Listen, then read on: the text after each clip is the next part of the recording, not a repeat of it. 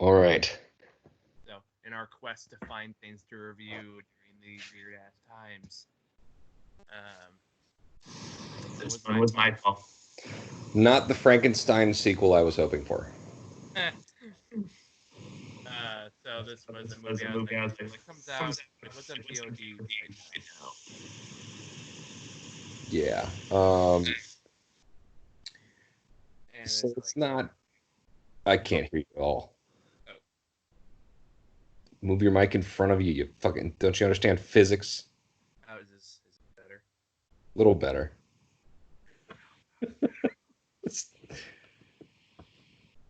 Are you good? I can't hear. It's not okay. Um. Yeah, So this was part of okay. I don't think I hated this as much as you did. You just like, I didn't hate it. I was just bored. I didn't connect with it. Granted, this movie's going to have an audience, of course. There are going to be people who really love this movie. And honestly, this movie started to win me over during the second act. yeah, me Uh, too. it really started to grow on me. I started to enjoy seeing the character like come into her own. But then you got to Act Three, where she just like oversteps and becomes a total asshole. And that just wasn't really enjoyable. I didn't connect with it. It had a weird dissonance between what she was doing and like the soundtrack, which was like, yeah, she just chewed out someone who only had her best concerns in mind. Let's have a cool, rebellious rock song. And the soundtrack in this movie multiple times was just like really on the nose. And like Yeah, there's this when she's starting to dye her hair and shit. Like there's a song playing called like Rebel Girl or something. It's just so I kept it's thinking of uh, like Phil Collins soundtrack from Tarzan. oh my god. That Um, one. it's just look. This is a decent YA movie. Like It's not it's it it's like it would be decent for teenage girls. Um, I'm sure there are some grown women who will relate to some of this. You know, like I can totally see that, but I was not really engaged with it, hmm and to be bored for the first third of it, and then to be charmed by the second third, and then just like not really feel interested in the last third of it was just, yeah. I didn't hate it. I was just bored. Like No, it's that's totally fair. I it's mean, not like, a terrible movie. It's just like not great. It's decent. It's a decent movie. yeah, like as far as like movies like this. By the way, for those who have no idea what the hell this movie is, this movie is just basically a coming of age story about a meek girl who decides she wants to like become a rock critic, and I think like for a while she talks to like pictures on her wall that all like have different voices and stuff like that, and then like rise and fall, traditional like rising star storyline. Like I said, it gets better once Theon Greyjoy shows up. Oddly enough, Yeah, and I will give it this credit. I will give the movie this credit. It managed to be surprisingly sweet and wholesome in places where you didn't expect that to happen. if it doubled down on that, it probably would have been a better overall movie. I think so too. I think there were moments where it just tried to go like a little too edgy for what it was. And Yeah, the arcs are not really arcs. They're just like flat lines towards different points. Like when she starts to burn down her bridges with people that she cares about, which, it's that's not really a spoiler. You know it's coming. But it's a very traditional arc. But like when that happens, all those scenes happen like one after another. yeah, It's there's it's no quick. there's no gradual push towards that. Her character has like she's at point A and she's going to reach point B and then she's going to grow to point C and then going to go down to point D and then kind of come back up to point E. And it's just like a straight line between each one. There's no complexity to it. Yeah, Uh, no, I agree with that. Like, it's not the actor's fault. The actors are giving no, genuinely good performances. yeah, there were great performances in this movie. And Uh, honestly, not like every movie needs to be complex, but this was just a little too by the numbers for me. yeah, Uh, and I think like in movies in this genre, even like kind of in this specific niche, like punk rock English film, I would say like I'd watch Sing Street over this any day of the week. Did you ever see Sing Street? No, but I will. Here's one thing, a funny thing. Like, it's a fair comparison, I think. Like, Booksmart. Yeah, like Booksmart or oh god, Edge of 17 is another great one that I loved. Um, like and it's like I if I'm just thinking of like all the better coming of age stories that I've seen, kind of in this Yeah, genre. I'd kind of rather be watching, and it's like I'm not hating the experience. I laughed yeah, a few times, but it's been like but I've seen this done like that brought me to tears. It just isn't doing it for me. yeah, exactly. Uh, See, and there was part of me throughout it that was like, am I just not connecting to it because it's a teenage girl? And I know that's not it because I've definitely seen things where the main characters are teenage girls, and it's like these are just human moments. And yes, they are undeniably like teenage girl moments, but when they're conveyed in a way that you can really just, connect with on a storytelling level, it's clear. And this movie kind of lacked that. That being said, I don't think that means that nobody can connect with it because Absolutely not. Yeah, it's just not as easy to connect with if you're not in its demographic, so to speak. yeah. Whereas other movies like that have more universal charm. Like if you're not kind of like in that specific like part of your identity crisis that everyone goes through at some stage in Or their adolescence. or has gone through that kind of identity crisis. Yeah, for sure. But even then, it goes back to like, but I've seen this done. I've seen this done better. Yeah. Done better in other movies. It's like, uh, And there's little things that still bugged me throughout it, like like there's that uh, writers, apparently music critics in the fucking 90s apparently made shit tons of money because like when you see what these people are able to afford, like they're not like rock stars driving gigantic cars and shit, but you see the inside of one of their houses at one point and it's kind of ridiculous. yeah, it's like a Um, studio apartment thing. yeah, it's obscene. But Now that bugged me a bit too. I was kind of thinking it's like I feel like it's the most unrealistic standard to set yeah, for teenage girls. It's they as you make get a lot older, of money you as a start to understand how much things cost. You're like, they couldn't afford that. Like, like when they actually do offer like a full-time position later on in the movie. It's like we'll give you 19 grand a year, and I'm like 19 grand. to be fair, mid 90s and not California. We are literally living in one of the most expensive parts of the world, man. Let's keep that in mind. But still, it's funny here that in like perspective. I'm like, oh man, that's Yeah, adorable. yeah, no, definitely. So that's a Hold thing. But it was fine. for what it is, I think Yeah, it's fine. Like I think if you're like in this demographic though, that would kind of like this movie, I was like, go watch Edge of 17, go watch Booksmart, go watch Sing Street, go yeah, watch there are better like movies like Bad this. Boys or not Bad Boys. What was the one you and I saw? Boys. The one the word Good Boys was it? Yeah, Good Boys. Yeah, No, the Good. ultimate crossover: Bad Boys and Mean Girls. Yes, please Uh, make it happen. I'd Uh, I'd watch that. and like I'm thinking like again it's fine, but it could be better, especially with the talent that's in it. Uh, Yeah, and this is the thing. It's based on a novel, right? And the screenplay is written by the person who wrote the novel. So uh, I feel like it's someone who just doesn't understand how to write a screenplay necessarily. Actually, J.K. Rowling. And because the director's got a decent number of items under her belt, like she's directed a bunch of TV episodes of really decent shows. So I don't know. I don't think it's a lack of talent. I just think it might be a lack of experience and a clashing of trying to fit something into a movie, like the montage, the sex montage. Yeah, that It, kind of it came felt, out of nowhere. yeah, it felt out of place.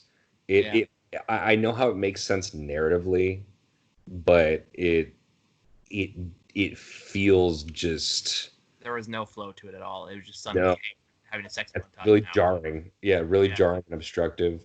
And I know that like part of it that's going to be part of its charm for some people. Like some people are like, "Oh, I didn't need to see that," and like some people are going to be like, "That was great. She just came out of nowhere with this sex montage. It was great." And it's a matter of opinion, but I just story wise, like it didn't really. I and I'm mm. sure it looked way better in the book. Like I said, like Yeah, that's something we're sure. totally fine in a book. And I Like feel like break, now we're having a sex montage. Like that's no, it. no. You Tracks. know that in the book it was just her talking about all the crazy sex she had now that she's famous and going around with rock bands and stuff. There's probably just a chapter with her talking about the sex that she has. And okay, Truly but modern day Moby Dick chapter in the Book of White of the uh, color chapter. God damn I it, joke. But it just I don't know. It just felt meh. yeah, Um, and again is bad, and not great. yeah, I think really it's not like we're mad. It's not like parents. We're not mad. We're disappointed. Yeah. Um, No, you can do better than this. Like the English teacher, which yeah. again was done better by Woody Harrelson in Edge of 17. Yeah. I just would like I really liked her performance. It was Everyone in great this movie gives a good performance. No one in this movie gives a bad performance or even like a decent performance. Like all of them are pretty good to really solid. It's really just the structure and the writing that just Yeah. suffers. Yeah.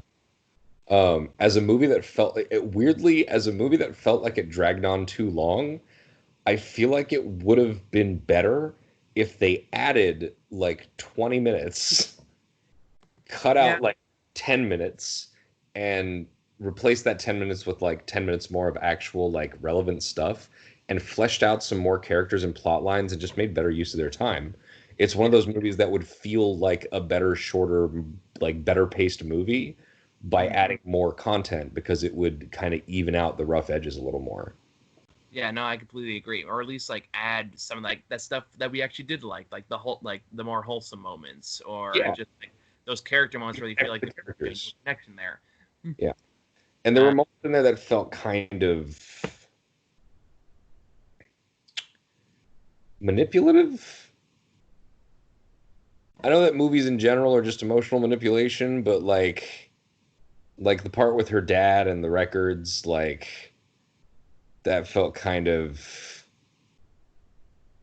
that one didn't bug me as much. it Uh, bugged me a little bit because it really felt I understand the what they've been trying to pitch her dad as for the whole movie, but it still felt like a little unrealistic even for him. yeah, like something like, hey, my daughter's gonna get my band like on the road called Mayonnaise. Yeah, it felt like it was trying too hard to make it Like a like full it was promotional set up for. to fail a little too hard.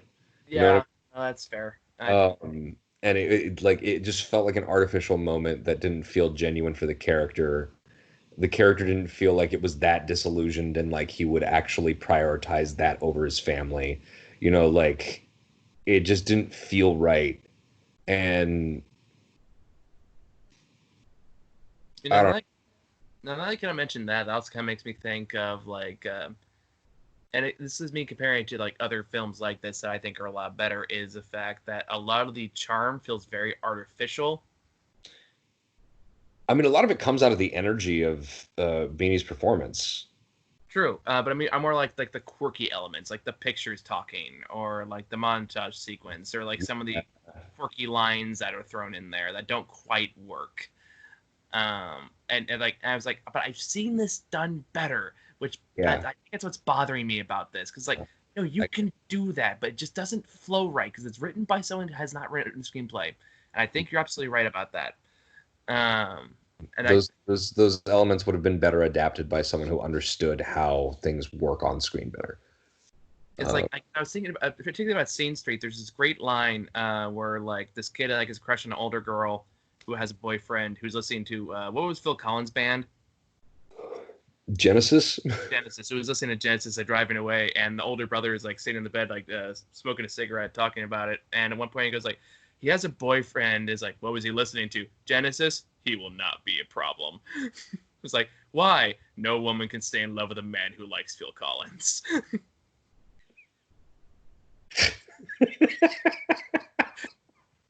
That's brutal, but it's a little. I can't. But it's like, but that's a kind of like effortless, smooth charm that a good movie in this kind of genre Yeah, has, no, it's a well written line that works on screen. and it Uh, flows comes out of the natural charisma of the characters, and I'm the more I think about it, the more I'm kind of realizing a lot of the charisma's kind of forced in this. And again, Yeah. not the main character, but like the world around her. Yeah, I don't know. Yeah, it's clumsy. It's far from perfect. It's not bad, but there are a lot of things that stop it from being really good. And like that's like when I see on Rotten Tomatoes it has like an 80% rating. Mhm. This is why I don't really trust Rotten Tomatoes, because if you give a movie like a 6 out of 10, it gives it a positive rating. And all it's saying is like you could have 80% of people give it a 60% and it'll get an 80% rating on Rotten Tomatoes. And I'm like, that doesn't make sense. Yeah. But even on Metacritic, it has like a 70. So there are plenty of people that actually really like this. I just feel like we didn't connect with it. So No, eh. yeah, I agree with that. So like, I'm sure um, it gets audience. And hey, good for you. Like, if anything we said, like anything you would like, I hope you watch it. I hope you like it. yeah. Um, just not for us. Like, Uh, I do have one other nit to pick once we just go spoilers free, but that's pretty much all I have to say about this without getting into spoilers. So, yeah, we can go into spoilers from this point on. I think we're good. all right, cool. So, spoiler territory. I had a huge problem with the suicide attempt scene. Yeah. That was awful, and honestly, I think it took the movie down like a whole point or two for me. Um, I understand the idea of a teenager trying to basically commit suicide or give a cry for help in the form of a half-hearted suicide, um, as someone who did that once. And yeah, uh, the sentiment is real, the feeling is real, the pain is real, but to basically make it like this sad montage of like really overbearing rock music and close up unfocused camera and her drinking booze. Why does she have like straight bottles of whiskey in her room? Like if it's not even hidden, it's just out there. Uh, And I've known teenagers that have done that, so I'm not going to say that's out of the question. yeah, but at the same time, like her mom was just in the room. Her mom won't be like, "Hey, what the fuck?" Like, and like the whole thing where she goes and she's crying and all sad, and then she takes the compass and you see her drag it down her wrist once, and then suddenly it's like in the hospital. And what? Like, I understand, Oh no, the part that but the fact that her whole arm was bandaged so thickly, and the fact that like I mean, the fact that she basically passed out on it was so overwrought yeah. and so disingenuous and so melodramatic in a way that was almost insulting. Like it No, was, I agree. Yeah. yeah, I did not appreciate it. And Well, it really bothered me in a way that just made the movie worse overall for me. I just was not okay with it. and then it just became unintentionally like hilarious in the worst way because like not just she cuts up her arm with the compass, is that she hits herself and like an award she won for like worst asshole, like Yeah. bonked her on the head. This thing's made of plastic. You can tell it's like It's doesn't very clearly like 4 ounces. four Like, ounces high, and she's like bonk, and and that's then her she reaction. falls over like she's been knocked out. But And she it's like, goes to the and then hospital, she's in the hospital, big but ass she's not been bandage banned. on her head. Yeah, like Are you fucking kidding me? That was the part that was more like, are you like okay? That was one of two moments. I was like, are you fucking kidding me? And both were at the yeah, end. yeah. It is Yeah, when she did her apology tour, and she gets she talks to Theon Greyjoy, who I guess is like the most hurt, and she as like a symbol, she she gives like an envelope, and then it's just a giant like strand of her hair that looks like a tail, and she has this big long speech how it's like symbolic of like giving away the thing she'd want the most. So like any other circumstances, this would be like a horror movie, and she'd be the creepy stalker that ties him to a bed later. just change the music over the scene, and it would be totally different Oh, yeah, context. switch it to the Also, where's he moment. gonna put that? Is he gonna hang it on his wall, and every girl he ever brings over, she's gonna be like, "What's that?" And he's like, "Oh, the hair of a woman who loved me, but I Yeah, didn't love her back." I want to like She record hurt me that. so much, so she gave this to me to keep. Like what? I want to like record that scene and just put it with the soundtrack from The Omen over it. So that was like, it's my hair, Miha. Oh god, what was it? Oh, I forget what horror soundtrack it was. Whatever, but Everything yeah, is over the top. plenty of horror movie soundtracks you could put over that. That would be perfect. It's so good. I did it for A Winter's Tale, and it was great. Yeah. What score did you put over it? It was the Omen theme, but I put over as part of the little girl who was walking through her garden. There's like a bed in the middle of the garden, and she's like, "It's all for you, Damien." Kind of. Yeah. Like, this is where you put her down when you love her, or something like that. Oh my god. Anyway, so that's that. I need to get to bed, but I agree with everything you're saying. yeah. I just needed to. I needed to say that because that really bothered me. It just really bothered me. So Yeah, it was a really poorly done scene. I completely agree. And unfortunately, it's one of those scenes that made me kind of realize what I didn't like about a lot of the rest of the movie. Yeah, If it no, hadn't that's crossed that totally line, I fine. probably would have given the rest more of a pass, but that was just like, nope, sorry. It did not feel earned. Yeah, so that's part of why I said it felt manipulative. Yeah, no, that's So true. That's fair. anyway, that's All that. right. Yep. How to build a girl, This, apparently haphazardly, and then with a directly into the camera monologue at the very end. which Uh, we both got Judi Dench vibes. yeah, we're like, oh, okay, it's happening again. This is a thing now. And then, of course, she gets everything she wants at the very end, which kind of annoyed me a little bit. Where she like puts like one article out to a new person. It's like, bitch, I tried freelance writing. You got to work hard to get one thing published. Yeah, Emma Thompson takes you in. And here's the thing, like apparently that book is supposed to be like the first of a trilogy, which I'm assuming is why Emma Thompson was there so she can be the big like person in the next one. Kind of like Edward Norton at the end of Alita. It's like, oh, I guess he's here. Woefully optimistic at this point. All right. Point. It made a decent amount of money worldwide. It made a decent amount of money. I'm not banking on it. Huh? I'm not banking on it, especially for the audience that movie has attracted. Yeah. Well. Anyway. So yeah, that's us. Yep, that's how to build a girl, I guess. Yep. We're gonna get to Horse Girl one of these days. We are. Finally talk about it. We gotta. Like, we might have to watch it again. Oh God. Not Just, at 4 a.m. this time. maybe that's the only way to watch it. I still remember it surprisingly vividly. I feel like I do, but I feel like I need to rewatch it. But Maybe we'll do like a double feature with that in the platform. Make a night of it. maybe I don't know. Anyway, man, I'm done. Right. So we got that and I gotta drag somebody. I gotta convince somebody to watch Scoob with me next week. So that'll be something. Not asking you to do it. Just saying. I don't know what to tell you, man. Yeah. All right. All right. Thank you guys for watching. Good night, man. See you later. Subscribe. Hey.